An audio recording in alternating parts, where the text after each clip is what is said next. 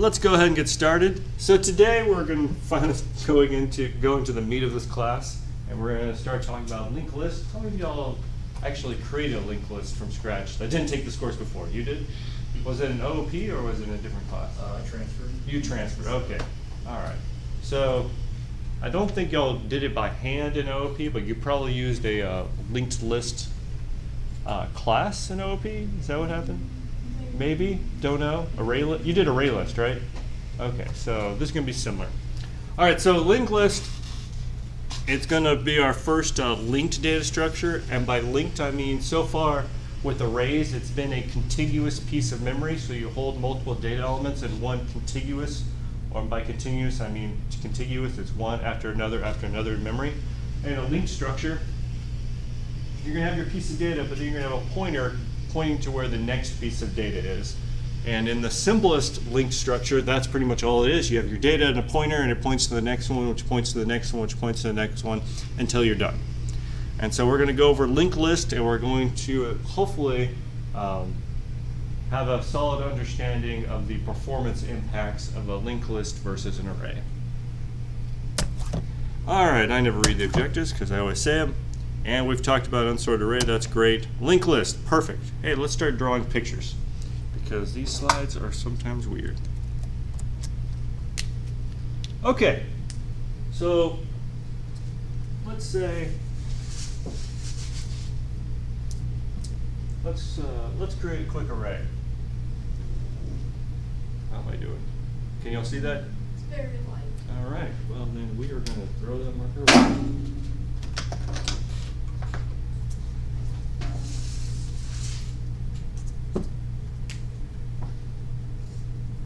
How's that? Much better. Much better. Great.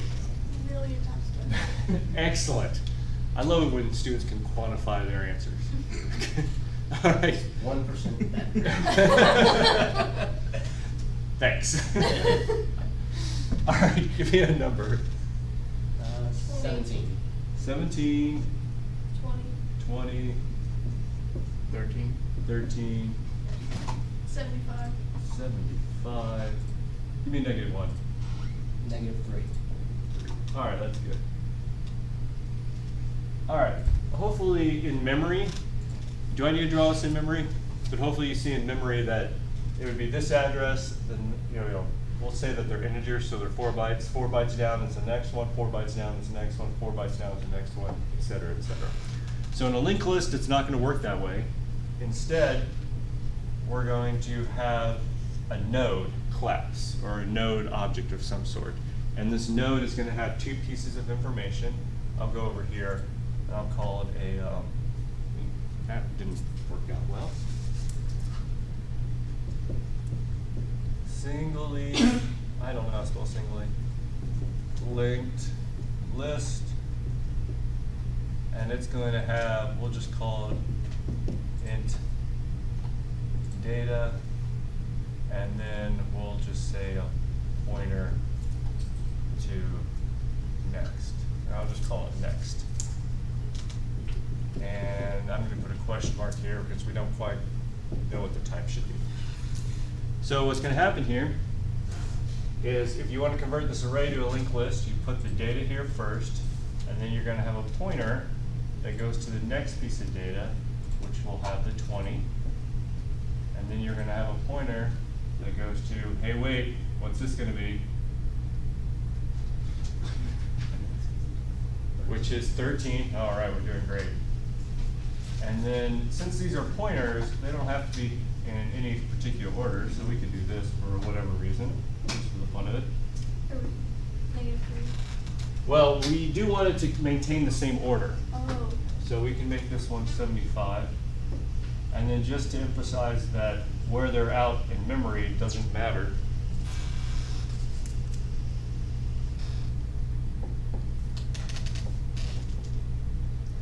And then usually at this point, we're going to put in the null. Maybe that's a little confusing for some students. I just realized that box is really tiny. So let's do this. Let's make it nice and huge. And you can either put in null, or what we can do is we can have an arrow go out to null. I don't know which one's easier for you to understand, but it's the same idea. In other words, this pointing to 0, which is where your kernel is, so if you try to dereference that, you'll get a second halt. So don't do that. Okay. So, anyone see advantages or disadvantages yet? Besides the person who's done this before? Advantage, each reference points to the next reference in the list, Mhm. which means that it's really easy to sort of put through like for loops like we did. Okay, yeah, so you can do a for loop that iterates through it. Yeah, because you can just keep going down. Great. All right. Let's do this. Let's add to the back. What number do you want to add? 0. 0. Let's only avoid 0 because I want to avoid confusion with Okay, dog. 1. 1. Thank you. That is a good test, by the way. You do want to write that test, but for the sake of this picture, let's do that. So if you want to add it to the end of this, where does it go? To the end. All right. What's the big O of that operation?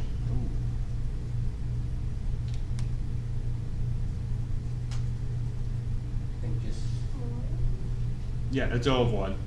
Because hopefully you have the size of the array and you go to the end, so you add it. It's O of 1 on the average and best, but when could it be worse than that? O of n. Yeah, O of n, and why would it be O of n in the worst case? Because that would be, well, since you're dealing with a for loop, you'd be jumping all the way. Sometimes you could go all the way Okay, to the end. right. If you didn't write the size down of your array, then you'd have to iterate through it. But let's say that you know what the size is, so you have the index of where this goes, right? So you could just put it there. What if the array was full? What do you have to do? The array can get full. Yes, because when you create an array, you make an array of set elements, right? If I make it a, Determine size. I was Yeah. thinking of the linked list because I No, didn't we're- think you determined the size. we're up here on the link. We're up here. And I'll call this the. Oh. Yeah. So I was adding it to the array. So array dot add back, sorry, or push back. Maybe would be a little better. If the array was full, how long would this take? What would you have to? Much longer. Yeah, much. You just went from quantifying to not. Well, if you fill up an array, you're pretty much gonna have to make a completely new array to Right. accommodate for that. Right, so you have to create a new, well, hold on, let me make sure this is clear. Depending on your language, you may be able to extend the size of the array if the operating system will allow you to do that. That is complicated, so let's just assume that does not happen, and instead you have to create a new array. If you create a new array, what happens? You create the new array, and then you have to Copy all that over. all of that over, which is an O of, if the array size is n, yeah, it's an O of n operation. So best and average, O of 1, worst case, O of n. All right, great. What about here on the linked list?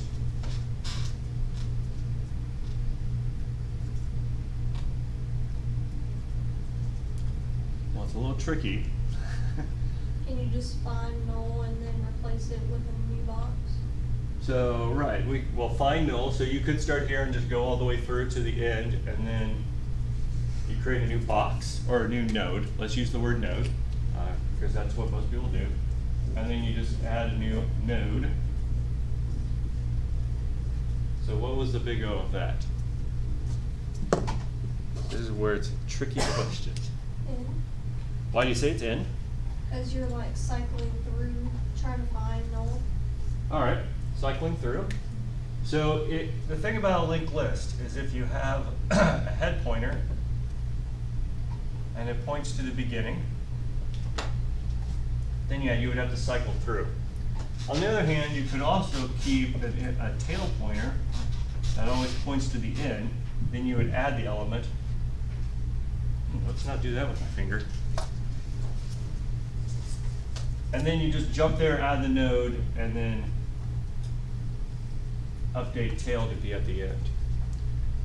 So we're going to go through this a little more in more detail, but if you add it to the end, I mean, if you have the tail pointer, then it's O of 1. If you don't have the tail pointer, then it's O of n. But notice that that's always the case. It's never a situation where all of a sudden you have to reallocate everything, because you are able to dynamically allocate a new node at any point. Okay. How about, let's do add front. Oh, this is a good one.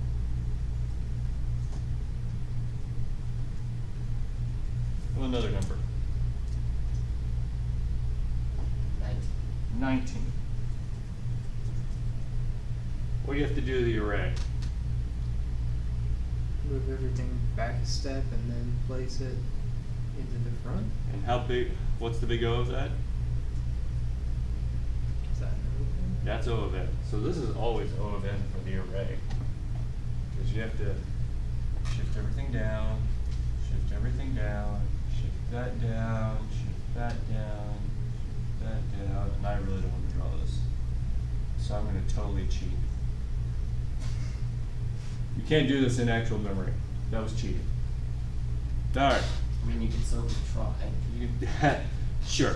C will allow you to try, but only sadness will occur. Trust me. All right, what if you wanted to do this for the linked list? Let me give you a hint. First, create the box. Or the node. Got me saying box. Nice. Wow. And then you move the head pointer. Well, you first want to have this point here, so you know where it points, and then you move the head pointer over. What's the big O of that? What's that? What's that? Say, yeah, Amber. Yeah. It's okay.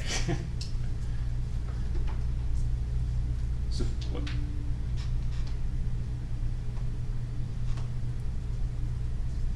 The big O is O of 1, right? Because you didn't even touch the rest of the linked list. You just created a node and you put it in front. Yay, we're done. Okay. So for add and front, which of these two data structures is better?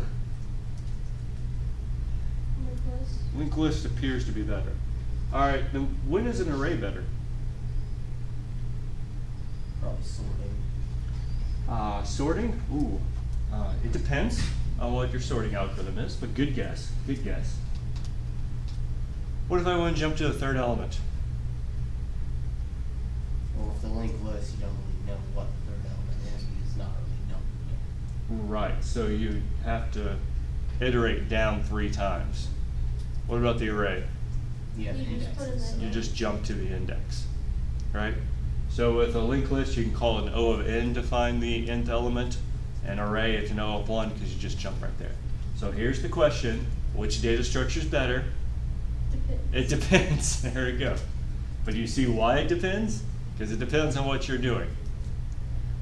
All right, well that was the great high-level introduction. So let's see what we have with the slides. Let me stop there. Ooh, the 15-minute